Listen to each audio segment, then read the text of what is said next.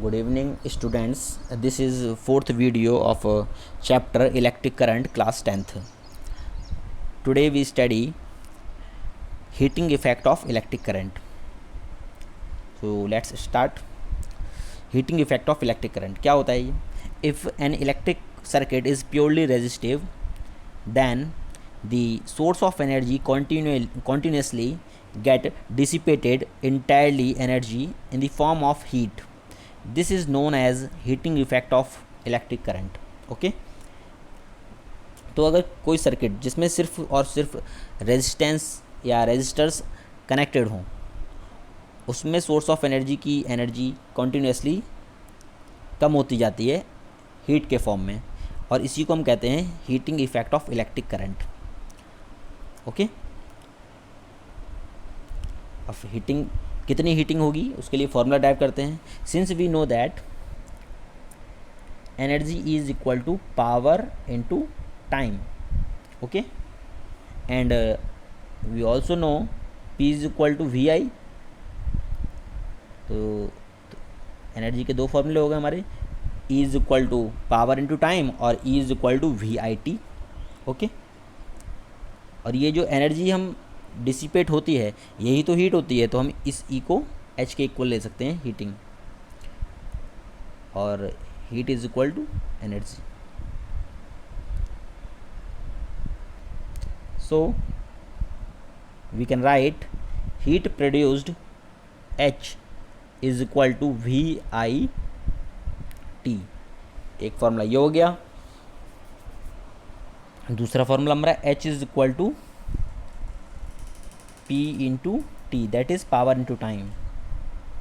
और थर्ड हमारा, क्योंकि हमें पता है by using Ohm's law V is equal to I R, तो अगर इस फॉर्मूले में हम V is equal to I are put करेंगे तो H की एक और वैल्यू आ जाएगी, formula H is equal to I square R T. ठीक है, तो हमारे हीट प्रोड्यूस के तीन फॉर्मूले हैं, H is equal to P T, H is equal to V I T and H is equal to I square R T. Okay, now next topic is Joule's law of heating effect of electric current. Joule's एक scientist थे, इन्होंने law दिया था heating effect of electric current से related. क्या था देखते हैं. According to Joule's law of heating of electric current, the heat produced in a resistor is first directly proportional to the square of the current. Okay, H is directly proportional to square of the current, that is H is directly proportional to I square, and it is directly proportional to resistance of a given current, that is H is directly proportional to R. On combining these two statements we can write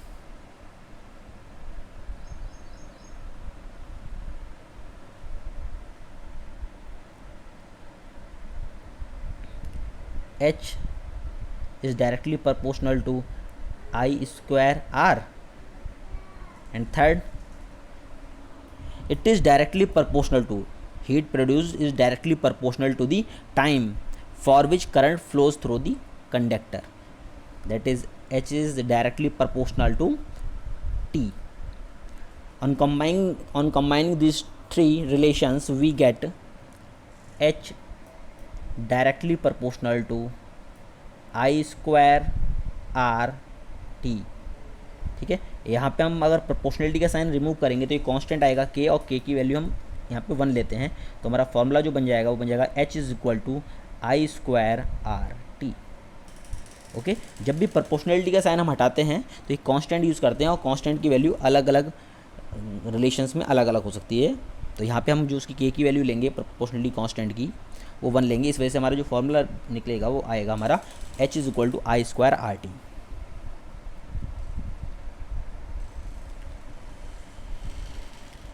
this heating effect is desirable in devices like electric heater, electric iron, electric bulb. तो अगर heating effect की बात करें तो कुछ चीज़ों में हमें नीड होती है इनकी हीटिंग इफेक्ट की, करंट की. जैसे इलेक्ट्रिक हीटर हमें चाहिए तो हम चाहते हैं कि वो गर्म हो, इलेक्ट्रिक आयरन, इलेक्ट्रिक बल्ब, तो इनमें हम हीटिंग इफेक्ट चाहते हैं. Now, next topic is filament of electric bulb is made up of tungsten. Why? कई बार क्वेश्चन आता है कि इलेक्ट्रिक बल्ब का फिलामेंट टंगस्टन का बना होता है, ऐसा क्यों होता है? तो इसके दो रीज़न हैं. First, it does not oxidize readily at high temperature. जो टंगस्टन होता है ये हाई टेम्परेचर होने के बाद बल्ब का ऑक्सीडाइज नहीं होता है. ठीक है. दूसरा, it has a high melting point. जो टंगस्टन होता है इसका मेल्टिंग पॉइंट बहुत ज़्यादा होता है. ठीक है. और लगभग होता है इसका 3380 डिग्री सेल्सियस. तो जल्दी पिघलेगा नहीं. And the electric bulbs are filled with chemically inactive gases like nitrogen and argon to prolong the life of filament. ठीक है. तो मेन तो फिलामेंट टंगस्टन क्यों यूज़ करते हैं, इसका मेल्टिंग पॉइंट हाई होता है और ये ऑक्सीडाइज नहीं होती है हाई टेम्परेचर पे. मेन इसका रीज़न यही है. और ये एक्स्ट्रा पॉइंट है ये कि जो इलेक्ट्रिक बल्ब्स होते हैं इनमें केमिकल इनएक्टिव गैसेज जैसे नाइट्रोजन या आर्गन भरी जाती हैं ताकि फिलामेंट काफ़ी टाइम तक उसकी लाइफ रहे. ठीक है. Now next topic is electric fuse. आपने काफ़ी वर्ड सुना होगा इलेक्ट्रिक फ्यूज़. ठीक है. ये घरों में जो सर्किट्स होते हैं उनमें भी मेन सप्लाई के पास उसको लगाया जाता है इलेक्ट्रिक फ्यूज़. क्या होता है ये? It is a safety device. एक सेफ्टी डिवाइस है. आजकल MCB यूज़ होती है मोस्टली, लेकिन इलेक्ट्रिक फ्यूज़ भी कई जगह यूज़ होता है. It is a safety device that protects our electrical appliances in case of short circuit और ओवरलोडिंग. अगर ओवरलोडिंग हो जाती है या फिर शॉर्ट सर्किट हो जाता है, ठीक है, तो उस कंडीशन में हमारे इलेक्ट्रिकल अप्लायंसेस को प्रोटेक्ट करता है कौन? इलेक्ट्रिक फ्यूज़ जो हम यूज़ करते हैं. क्या होता है? Electric fuse is made up of pure tin और alloy of copper and tin. या तो प्योर टिन से बनता है फ्यूज़ या फिर कॉपर एंड टिन के एलॉय से बनता है. Electric fuse is always connected in series with the live wire. ठीक है. तो 3 टाइप के वायर होते हैं: live wire, earth wire and neutral wire. तो जो फ्यूज़ होता है वो सीरीज कॉम्बिनेशन में कनेक्टेड होता है लाइव वायर के साथ में. Electric fuse has low melting point. इसका मेल्टिंग पॉइंट लो होता है और जैसे ही ओवरलोडिंग होती है, शॉर्ट सर्किट होता है, ये ब्रेक हो जाता है, पिघल जाता है. ठीक है. Current capacity of electric fuse is slightly higher than that of the appliances. जो करंट कैपेसिटी होती है इलेक्ट्रिक फ्यूज़ की थोड़ी सी ज़्यादा होती है. जो अप्लायंसेज हम यूज़ करते हैं इलेक्ट्रिक अप्लायंस उनसे ज़्यादा थोड़ी सी होती है. ठीक है.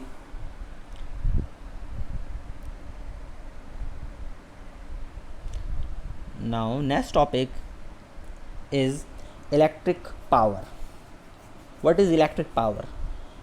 The rate at which electric energy is consumed. The rate at which electric energy is consumed or dissipated in an electric circuit is called electric power. Okay? तो अभी हमने फॉर्मूला पढ़ा था. इससे पहले क्या फॉर्मूला पढ़ा था? Energy is equal to power into time.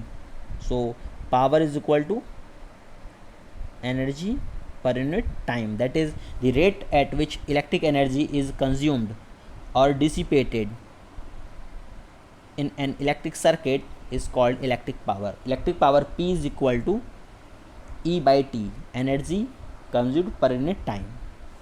Okay. ये एक फॉर्मूला हमारा पावर का हो गया. P is equal to E by T. और we also know P is equal to VI, voltage into current. और अगर हम यहाँ पे जो P is equal to VI में V की वैल्यू IR यूज़ करें from Ohm's law, we get P is equal to I square R. Okay. और अगर हम I की वैल्यू यहाँ से I की वैल्यू निकालें और कितना आएगा I की value V upon R. I की value P is equal to VI में I की value V by R use करते हैं तो P की वैल्यू हमारी आ जाती है V स्क्वायर बाई आर. यानी कि हमारे पावर की काफ़ी फॉर्मूले कौन कौन से हैं? Power is equal to energy per time, P is equal to VI, P is equal to I square R and last one P is equal to V square by R. ये 4 फॉर्मूले हमारे पावर के हैं, electric power के. ठीक है. तो इनको याद करना है आपको. ऐसा unit of electric power is what. Okay. What. और वॉट को हम क्या कह सकते हैं? वोल्ट एम्पियर भी कह सकते हैं, because 1 watt is equal to 1 volt into 1 ampere. And ऐसा यूनिट हमारी वॉट है, बट हमारी commercial unit of electric energy, अगर इलेक्ट्रिक एनर्जी की बात करते हैं, commercial unit of electric energy बोल रहे हैं, इलेक्ट्रिक पावर नहीं, okay. Commercial unit of electric energy is kilowatt our,